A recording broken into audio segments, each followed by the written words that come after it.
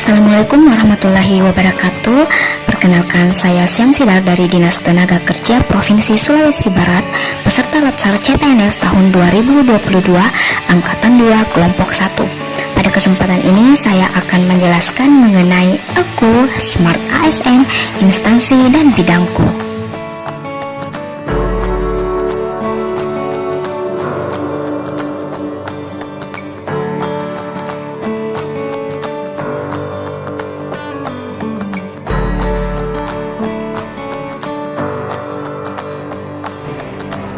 Saya sendiri bertugas di Seksi Pelatihan dan Produktivitas Tenaga Kerja.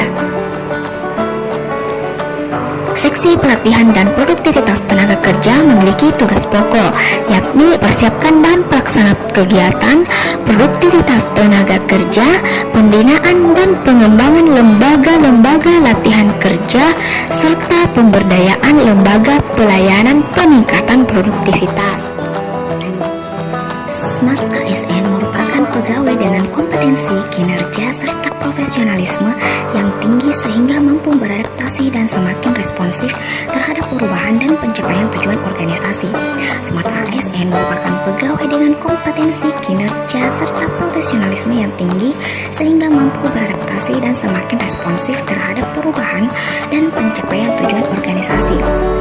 Smart ASN menjadi jawaban dari prioritas pembangunan SDM serta Grand Design Reformasi Birokrasi Nasional. Ada 5 kompetensi yang harus dimiliki oleh Smart ASN. Yang pertama, ASN harus menguasai IT atau Information Technology. Yang kedua, ASN menguasai bahasa asing. Yang ketiga, ASN memiliki sifat dan sikap hospitality atau keramahan. Yang keempat, ASN memiliki kemampuan networking. Yang kelima, ASN memiliki jiwa entrepreneurship. Terdapat 5 program inti pada Seksi Pelatihan dan Produktivitas Tenaga Kerja. Yang pertama, program penganugerahan Sidakarya dan Paramakarya, yakni pemberian motivasi kepada dunia industri agar mampu melakukan upaya peningkatan produksi.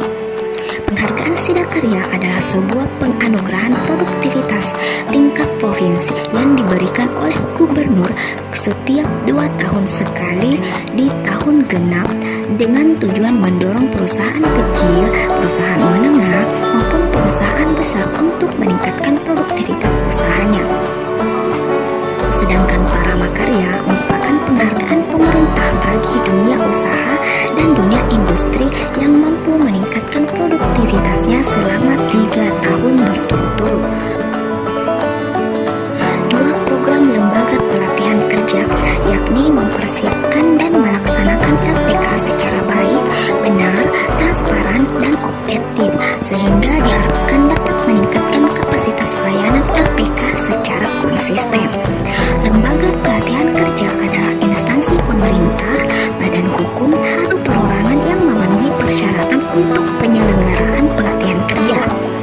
Pelatihan merupakan kegiatan untuk memberi, memperoleh, meningkatkan, serta mengembangkan kompetensi kerja, produktivitas, disiplin, sikap, dan etos kerja pada tingkat keterampilan dan keahlian tertentu sesuai dengan jenjang dan kualifikasi jabatan atau pekerjaan.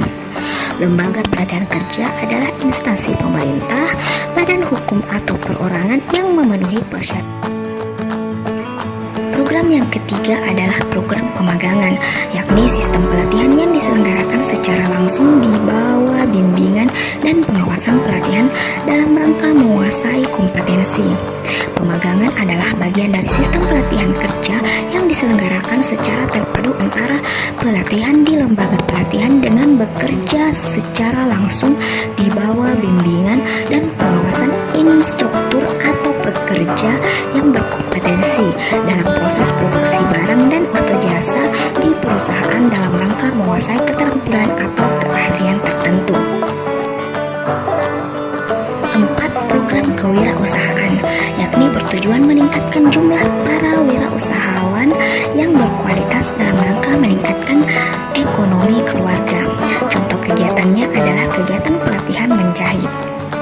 Wirausaha memiliki beberapa manfaat yang dapat dipetik oleh seorang wirausahawan dalam rangka usaha misalnya antara lain membuka lapangan kerja baru, yang kedua sebagai generator pembangunan lingkungan, yang ketiga sebagai contoh pribadi unggul, terpuji, jujur, berani, dan tidak merugikan orang lain, yang keempat menghormati hukum dan peraturan yang berlaku, 5. Mendidik karyawan jadi orang mandiri, disiplin, jujur, dan tekun, yang keenam memelihara keserasian lingkungan, yang kelima program ASEAN Skill Competition atau ASC, yakni menyiapkan tenaga kerja muda yang berkualitas sehingga mampu berkompetisi. ASN yang smart memiliki kemampuan networking. Networking adalah membangun serta menjalin hubungan dengan orang lain atau organisasi yang berpengaruh positif pada kesuksesan profesional maupun personal. Sebagai CPNS baru di dinas tempat saya bekerja, saya selalu berusaha menjalin komunikasi yang baik dengan rekan kerja saya, baik dengan rekan dalam satu seksi maupun dengan orang-orang dari seksi lain. Selain itu, saya selalu bertanya dan meminta bimbingan kepada senior atau orang yang lebih tua dari saya seperti kepada kepala seksi dan kepala bidang saya. ASN yang smart harus memiliki sifat dan sikap hospitality atau keramahan. Hospitality atau keramahan adalah memiliki sifat yang baik hati dan menarik budi bahasanya, manis tutur kata dan sikapnya dalam setiap menjalankan aktivitas pelaksanaan tugas dan pekerjaan, pada khususnya dalam meningkatkan pelayanan prima kepada masyarakat. Contohnya saja dalam pelaksanaan kegiatan pemagangan, saya melayani pemberian kartu BPJS ketenagakerjaan dan buku rekening tabungan para peserta magang. Saya harus selalu bersikap ramah terhadap mereka.